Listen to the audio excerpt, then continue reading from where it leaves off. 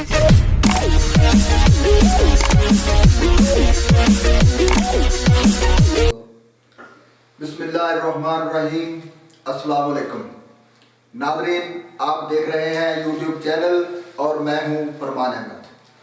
नाज़रीन, वीडियो शुरू करने से पहले मेरी तमाम देखने वालों से रिक्वेस्ट है कि हमारे चैनल को सब्सक्राइब कर लें और साथ ही घंटी के बटन को भी प्रेस कर दें ताकि हमारी हर नई आने वाली वीडियो आप तक आसानी से पहुंच सके।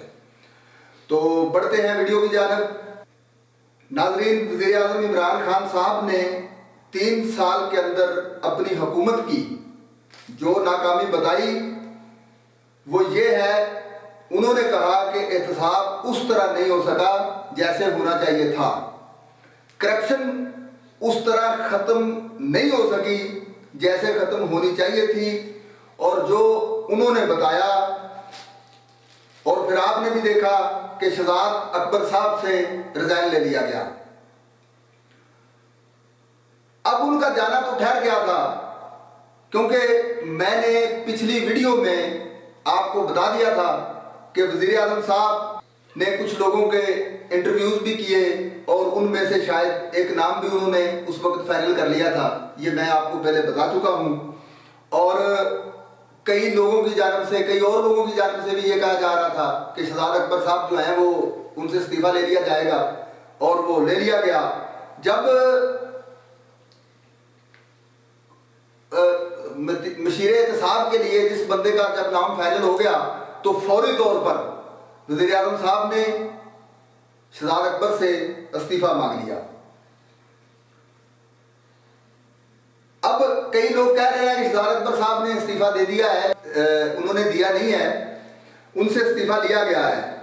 और जो शहजाद अकबर साहब थे ना, उस वक्त वो मशीरे एहतसाब थे जब वज़ीर आज़म साहब ने कुछ लोगों के इंटरव्यूज किए और उनसे ब्रीफिंग भी ली, और जैसे ही ब्रीफिंग मुकम्मल हुई उन्होंने उसी वक्त शहजाद अकबर साहब से कहा कि आप इस्तीफा दे दें, और जो फिर शहजाद अकबर साहब ने दे दिया और वो फौरन मंजूर भी कर लिया गया।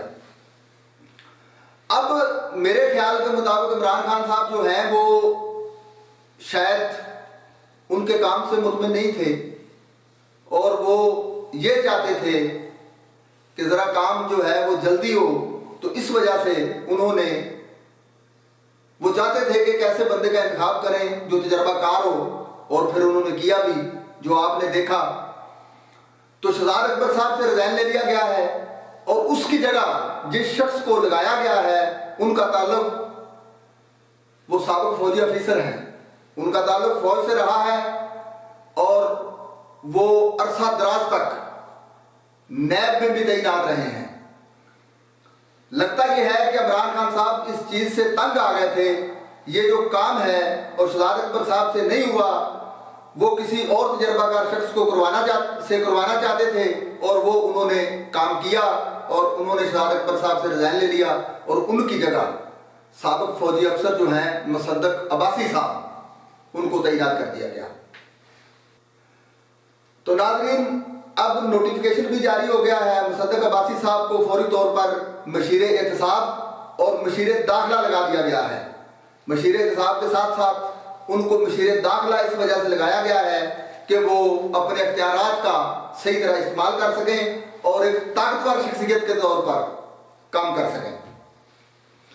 अब मैं मुसद्दक अब्बासी साहब का पूरा बैकग्राउंड जो है वो मैं आपको बताता हूँ। मुसद्दक अब्बासी साहब जो है उन्होंने फौज में भी काम किया, जाहिर है ब्रिगेडियर के ओहदे से रिटायर हुए, और उसके बाद वो नैब में भी रहे हैं। 13 साल तक उन्होंने नैब में काम किया है, और इसका उनको बड़ा वसी तजर्बा है उनका। और वो जो मुल्क में करप्शन होती है, करप्शन के हवाले से वो अपनी क्या राय रखते हैं, और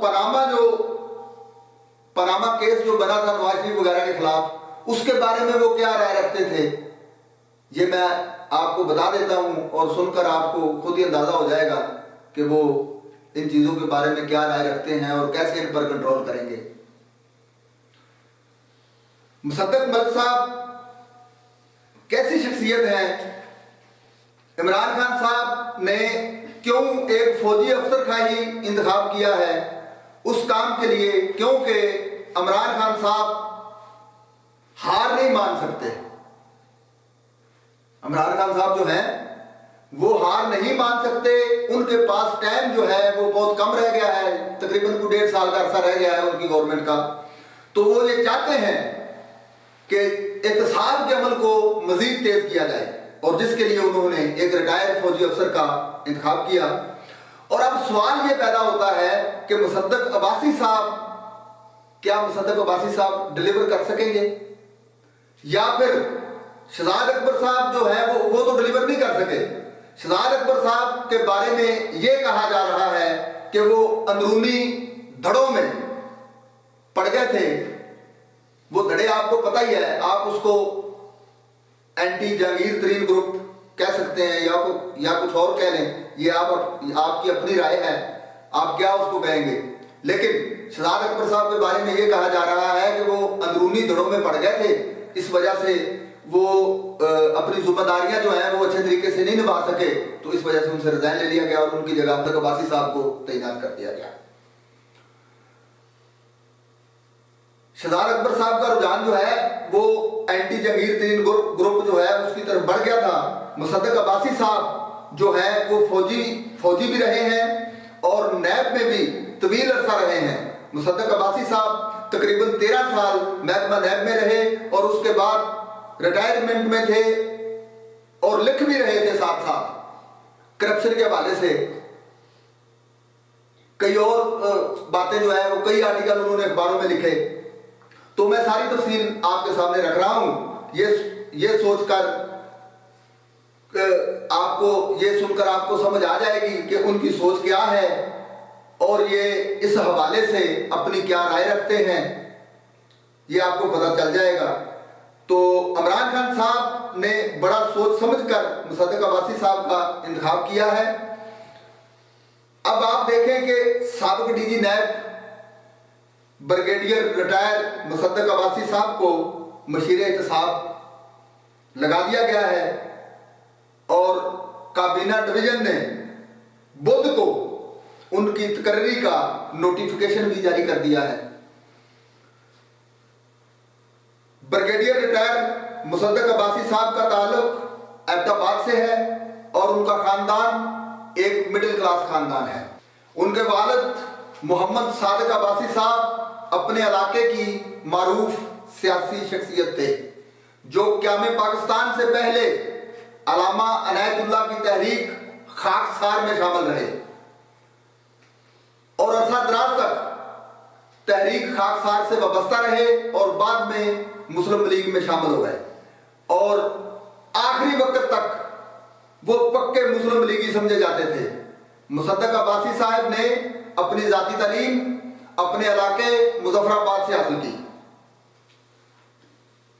और सन 1974 में पाक फौज में शमूलियत इख्तियार की और नौजवान अफसर की हैसियत से मुख्तलिफ सेक्टर्स पर अपनी खिदमात जो है वो अंजाम दी। मुशर्रफ साहब के दौर में एहतसाब का अदारा कौमी एहतसाब कायम किया गया, यानी नैब। मुशर्रफ साहब के दौर में महकमा नैब कायम किया गया तो उनको कराची में डायरेक्टर रिकवरी लगा दिया गया और अब जो है वो भी मसला रिकवरी का ही है। इस वजह से खान साहब ने भी उनको मशीर एहतसाब लगाया है कि ये रिकवरी करने में इनका काफ़ी तजर्बा है।